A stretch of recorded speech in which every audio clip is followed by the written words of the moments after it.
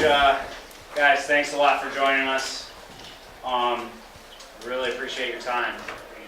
Coach, if you could just give us your overall thoughts on tonight's game, and then we can open it up for a few questions. Really appreciate it. Of course. As I like to do, I want to thank the NCAA for putting on another wonderful tournament. First class all the way. The city of Utica for all they've done. It's a real hockey town, and that's evident here this weekend. For us, we're only here this weekend, but I'm sure it's evident for you guys year round. So thank you to everybody who helped make this a special weekend. And you guys sitting in front of me here for helping to grow Division III college hockey, which, as you can see from the game today, is a special thing. So I just want to thank everybody for that. The game, yeah, I mean, there's a reason they've had one loss this year, and they're the national champion. They're a really good hockey team with a really good coach, and they play hard, and they're physical. All the cliches, the catchphrases every coach uses, in which they want their teams to be. That's what Norwich is, and that's why they're here year in and year out. I thought we pushed back as best we could. I thought we played hard. There were times where we're a little frustrated with some of the decisions getting out of the zone, but that's a product of Norwich being so good.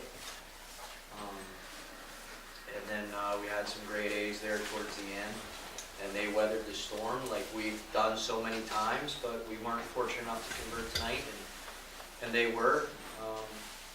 I don't think our loss tonight was really a product of us not showing up or us not playing well. It was a product of playing a great team, and when two great teams play, it's a bounce here, bounce there, and as you can see, Norwich got them tonight. That's the way it went. Any questions? Ethan, during this entire playoff run, it never appeared as if Trinity was running uphill. You guys were always in a good flow throughout the whole tournament. It seemed like tonight, though, was different. Would you agree with that assessment? I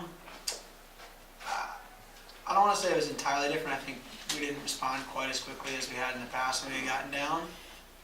But we stuck together when we were down, and I don't think we didn't change it. We didn't start running around. So the only thing that was different was we didn't put the puck in the net to make the comeback. But we battled hard, just couldn't find the back of the twine. When you think back on this team, in the springtime, when you're in class and just whiling away the time, what's going to be your lasting impression on this group?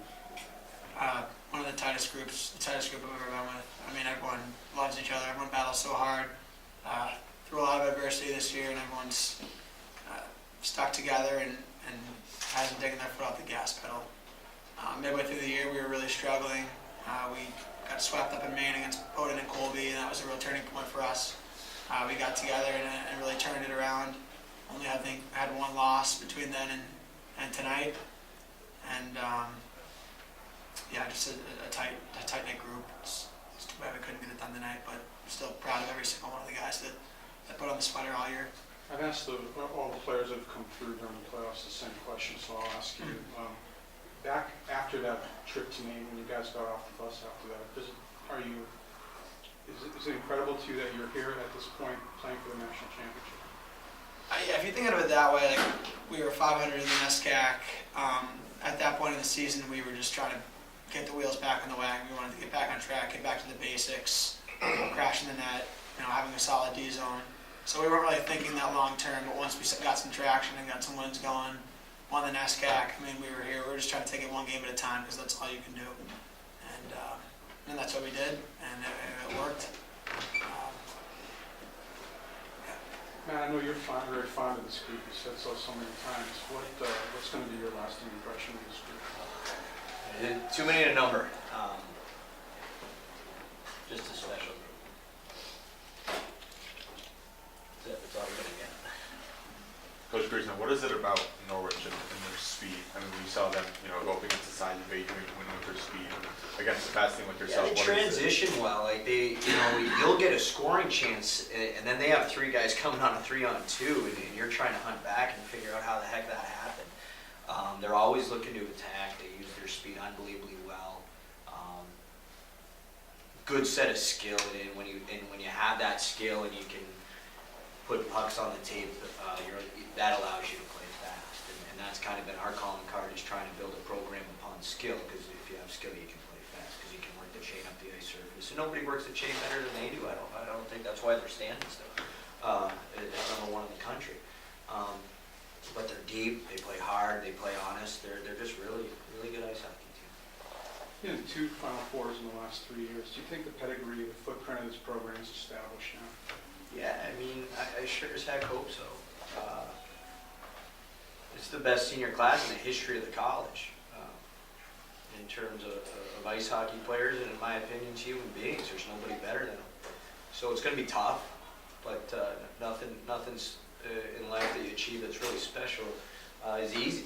And so we've got to continue to move forward and just find a way. And, you know, like the guys in that room, we'll find a way to keep this thing going.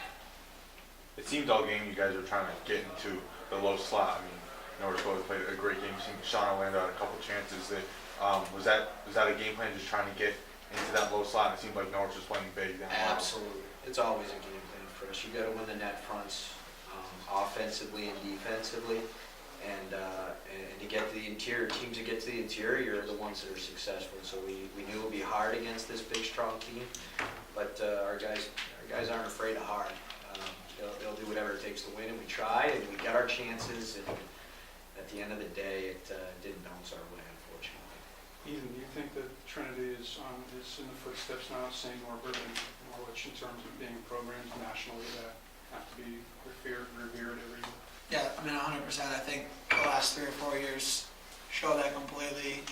Multiple 20-win seasons, 3 NCAA tournament berths, 2 Frozen Four appearances, 2 NESCAC championships. I think this program is 100% up there with the most elite Division III programs in the country. And I think you're going to be hearing about Trinity for years to come. Any more questions for the guys? Yeah, just to follow up on that. I don't know if you know this, Coach Greason. This was the first All-East title game in a decade. So, I mean, just in terms of, 2 New England teams, kind of going off just not only Trinity only, but the kind of New England region of hockey. And no offense to your program, you guys don't have like the biggest attendance. What do you think this means moving forward for like the recognition of New England hockey? The thing I love about press conference, I always learn something new. If it's us having an All-East final or Bigsy with some crazy stat, I'm always getting better at these press conferences. So thank you for that. You know, it's exciting. I think success breeds success, and we have great crowds when the students are on campus. So that's a little misleading. But yeah, I mean, we hope to generate a more. But who doesn't hope to generate a more local following and build their crowd base?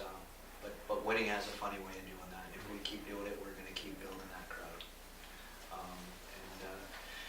I think our biggest ambassadors are the players themselves. They know what a Trinity experience is. I mean, Ethan's going to be an investment banker in a few months, making a hell of a lot more money than I am.